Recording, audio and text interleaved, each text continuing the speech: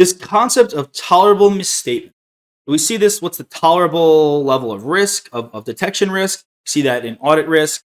We have this concept of the tolerable misstatement. So what can you tolerate? What amount of misstatement in your sampling will you allow? You could say, what's the allowable level? That's another way to say it. The tolerable misstatement, it's a concept to quantify an acceptable level of error in a population. You could say, what's the acceptable level of audit risk? What's the acceptable level of detection risk, control risk, inherent risk?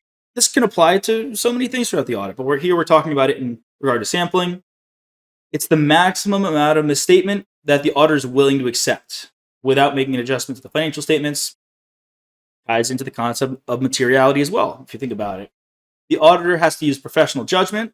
When do you not have to use professional judgment, right? To determine a tolerable misstatement that's appropriate for the population. And this concept, it's based on the auditor's understanding of the risk of material misstatement. Ding, ding, ding.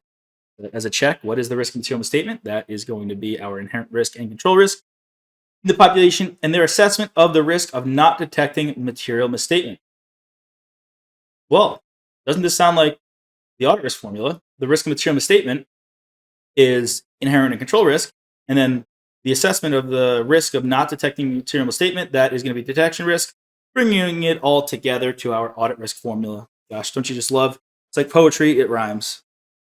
It is also based on the auditor's assessment of the expected misstatement in the population and the auditor's assessment of the audit procedures that will be performed in order to reduce the risk of material misstatement.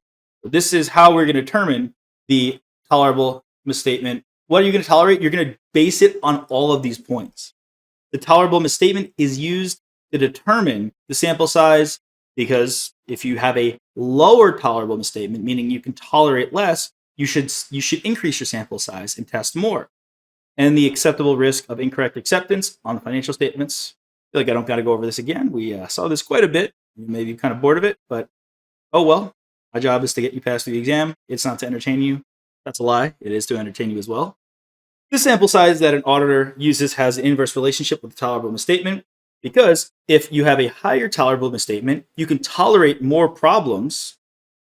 You can lower the sample size, because if you lower the sample size, you'll probably detect less.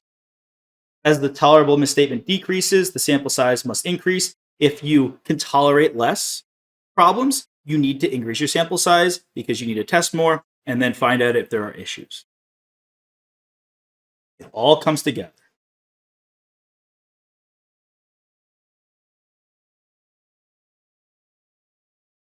Let's talk a little bit more here. An auditor must consider an acceptable rate of deviation, deviating from the expectation, when deciding the sample size for an attribute sample test of controls. This is because the auditor must ensure the sample results are reliable and within a certain range. On the other hand, the amount of misstatement that can be tolerated should be taken into account when determining sample size for variable sampling, right? We've got these two concepts here, so that the auditor can make sure that the sample results are accurate and misstatements are kept to a minimum. These are just some points taken from the AICPA authoritative literature. Read through it a little bit more if you want. Just want to make sure we're including all the content you could possibly worry about. Really just reiterating a lot of what we've seen.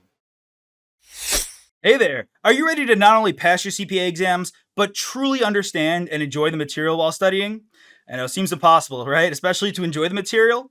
We'll do it together. Tap into the power of CPA.examprep.ai, where we've got personalized quizzes, multiple choice questions, memorization guides, flashcards, simulations, all tailored to your learning.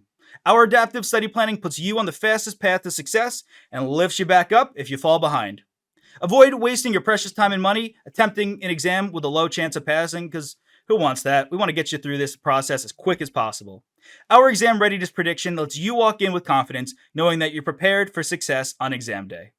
Thankfully, there's no payment method needed to get started, so why don't you come join us? Visit cpa.examprep.ai and let's achieve your exam success together.